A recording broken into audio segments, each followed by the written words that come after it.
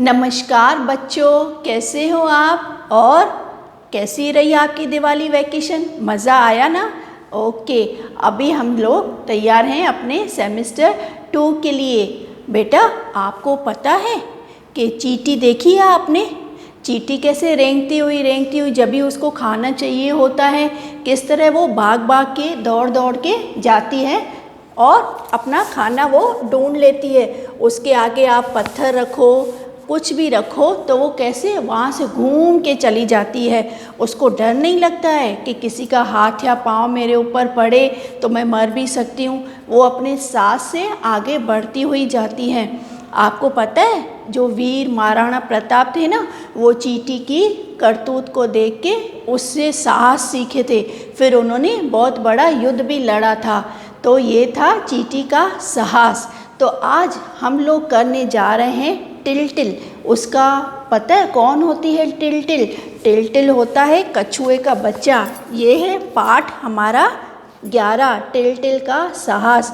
आइए आज हम लोग जानते हैं टिलटिल के साहस की कहानी। So are my dear students ready to watch a interesting video on टिलटिल का साहस? टिल का साहस। सुहाना दिन था, धूप खिली हुई थी।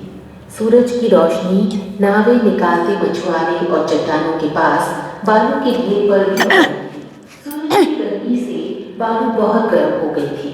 अचानक बालू के नीचे हलचल हुई, फिर जैसे कोई चीज टूटी, तब और ज्यादा हलचल हुई। उसके बाद एक नन्हा सा जीव रेंगता हुआ बालू से बाहर निकला। उसकी पीठ पर नन्हा नरम घोल था। यह टिलटिल था, समुद्री कछुए का बच्चा। देखा आपने, इसको बोलते हैं टिलटिल। अचानक एक दिन जब मौसम बहुत ही सुहाना था, तब बालू बोलते हैं रेत को। हिंदी में रेत को बालू बोला जाता है।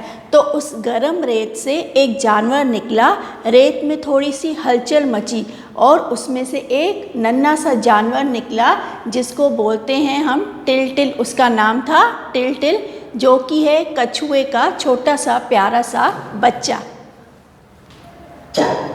टिलटिल टॉप्सी का बच्चा था।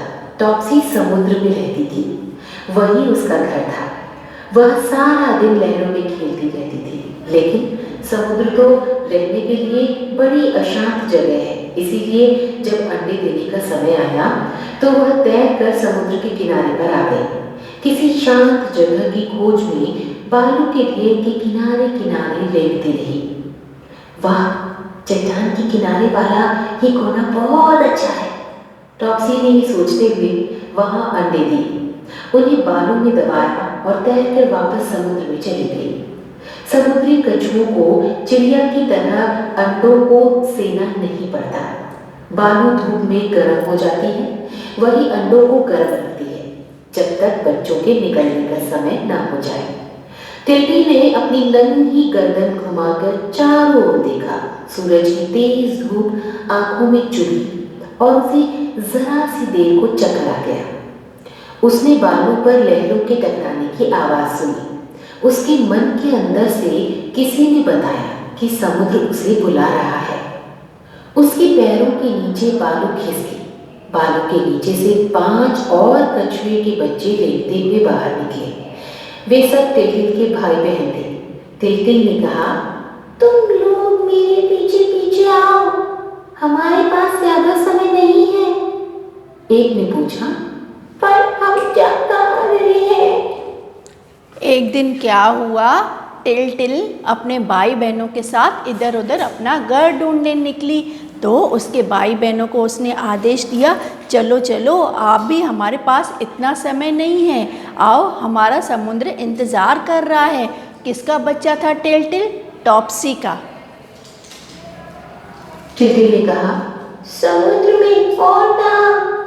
टिलटिल उन सबको बालू के पार ले गया। कुछ ही देर में और भी नन्हे नन्हे कछुए के बच्चे साथ हो गए। टॉप्सी ने करीब 50 अंडे दिए थे। चट्टानों के किनारे किनारे चलो, टिलटिल ने सबको सावधान किया। जो ऊपर उड़ रहे हैं, उन बड़ी बड़ी समुद्री पक्षियों को देख रहे हो? बड़ी डरावने लग रहे हैं। कहीं हमें मार ना दे। टिलटिल ने अपनी बात पूरी भी नहीं की थी कि एक बड़ा शिकारी पक्षी तेजी से उड़ पर चढ़ा। हमने अपने खोल में घुस। जैसे टिलटिल अपने भाई बहनों के साथ जा रही थी तो टिलटिल ने क्या आदेश दिया कि ऊपर सावधान रहो, समुद्री पक्षी हमको देख रहे हैं। फिर क्या वे क्या करेंगे उसको? क्या वे झपटा मारेंगे? नहीं। तो इसलिए टिलटिल ने आदेश दिया जल्दी से अपने खोल के अंदर घुस जाओ। खोल मतलब जो उनका कवर रहता है उसको बोला जाता है खोल। तो फटाफट से सारे टिलटिल और उसके भाई बहन कहाँ घुस गए? अपने खोल के अंदर। घुस जाओ जल्दी, टिलटिल चिल्लाया। अब तो सबको होशियार रहना पड़ेगा। समुद्र कितनी दूर है? उसके एक भाई ने पूछा। मुझे तो भूख भी लगी है और प्यास भी, दूसरे ने कहा। देखने तो यहाँ क्या मिल सकता है? टिलटिल बोला। सबसे बड़ा होने के कारण टिलटिल उनका लीडर था। बालू की एक ढेरी को सूंघते हुए उसने कहा, यहाँ छोटे छोटे कीड़े हैं और उस गड्ढे में पानी है। बस फिर क्या था, नन्हे नन्हे कछुओं ने समुद्र तट पर खूब पिकनिक मनाई। समुद्र कितनी दूर है? एक बहन ने पूछा। टिलटिल ने कहा, मेरे ख्याल से ज्यादा दूर नहीं है। समुद्र के तट पर लहरों की आवाज नहीं सुन रहे हो? और वहां उस नीली धुंध को देखो। टिलटिल के भाई बहनों से रहा नहीं जा रहा था। उनको बहुत भूख लग रही थी, तेज भूख लग रही थी। आपको भूख लगती है तो मम्मा को चिल्लाते हो ना, मम्मी थोड़ा फास्ट फास्ट फास्ट। तो इस तरह उसके भाई बहन भी पूछ रहे थे, अरे समुद्र का तट किनारा कभी आएगा? हमें तो बहुत ज़ोरों की भूख लगी है। तो उस पर टिलटिल ने उनको सांस बंधवाते क्या बोला, देखो देखो समुद्र की लहरों की आवाज़ आ रही है, अभी समुद्र निकट आ जाएगा। वो समुद्र ही होगा? एक और बच्चे ने पूछा। क्या हमारी माँ वो हमारा इंतजार कर रही होंगी? टिलटिल ने ध्यान से इधर उधर देखकर कहा, शायद, लेकिन वो नहीं जानती कि हम लोग बालू से बाहर निकल आए हैं। समुद्र की गर्जना और तेज हो गई।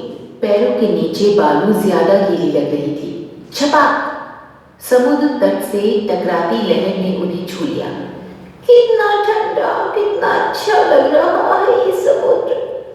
लहरों के उठने गिरने की धुन भी कितनी प्यारी लग रही है। टिलटिल के भाई बहनों ने कहा। इस तरह टिलटिल अपने भाई बहनों के साथ समुद्र में पहुंच गया, जो उसका घर था।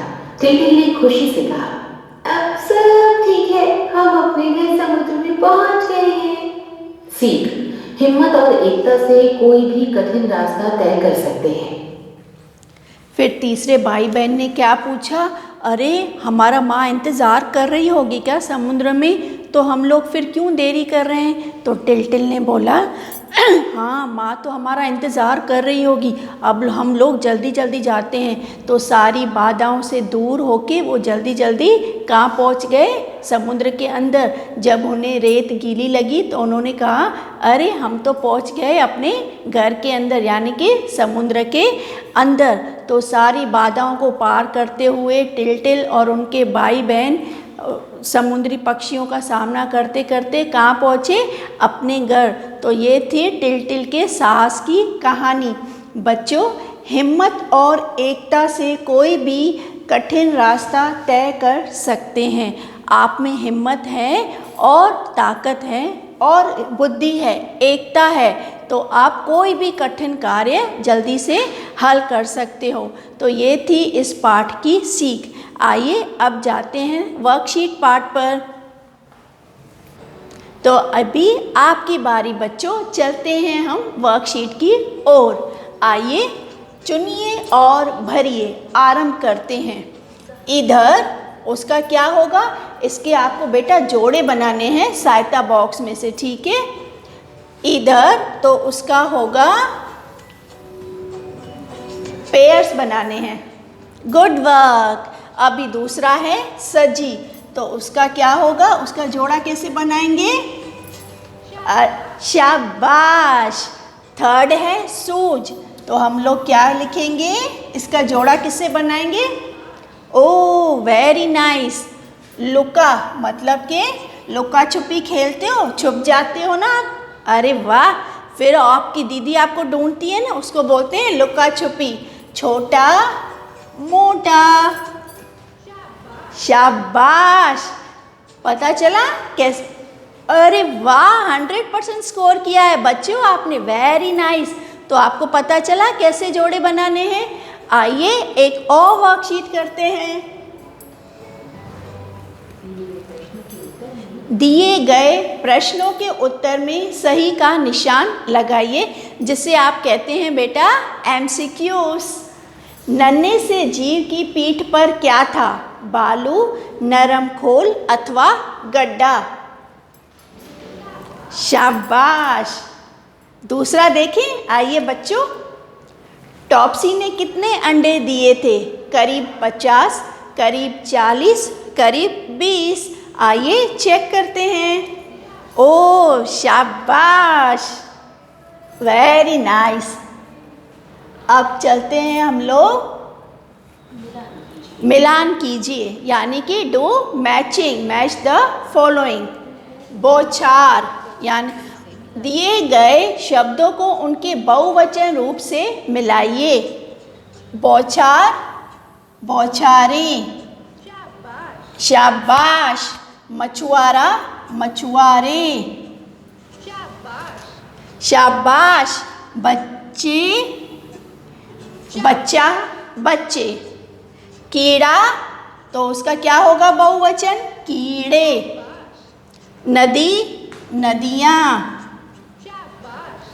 खुशी, खुशियाँ। सारे करेक्ट। अरे वाह, एक बार फिर से 100%। Okay students, so it was all from till का सास। और मैं उम्मीद करती हूँ आप इसको वर्कशीट में ज़रूर करेंगे, और जो प्रश्न उत्तर है आप इसको नोटबुक में उतारेंगे। और रीडिंग तो आपको करना ही है, ठीक है। तो मुस्कुराते हुए अपने सास को बटोरते हुए नमस्कार बच्चों।